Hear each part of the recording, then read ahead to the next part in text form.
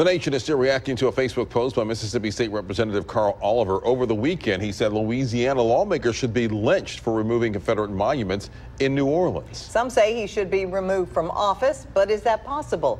WJTV's Terrence Friday explains what could happen from here. Representative Oliver has apologized for that Facebook post, but some say it's not enough. They want him to resign. Really, what happens to him next is probably his own decision or that of his constituents. Millsaps professor Nathan Schrader says the calls for resignation are reasonable, but it's up to Oliver to make that move. What the representative did, I think, has been acknowledged even by some members of his own party as being way beyond what a member should be doing or saying on social media. House Speaker Philip Gunn already stripped Oliver of his vice chairmanship of the Forestry Committee.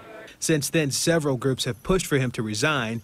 There's even an online petition calling for it. Postings and statements have consequences.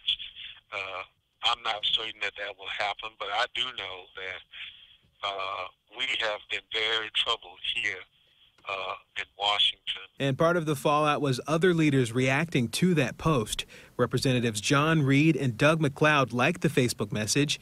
It was also liked by Tony Dunn, a public affairs officer for the Mississippi Highway Patrol. I was disappointed as well as shocked because those two particular legislators, I did not feel had that type of mindset. According to the state constitution, there's a provision for impeachment, but experts say that's only tied to treason, bribery, or serious crime. He would not need to seek re-election again until 2019. I think impeachment is a very long shot. I would not expect that.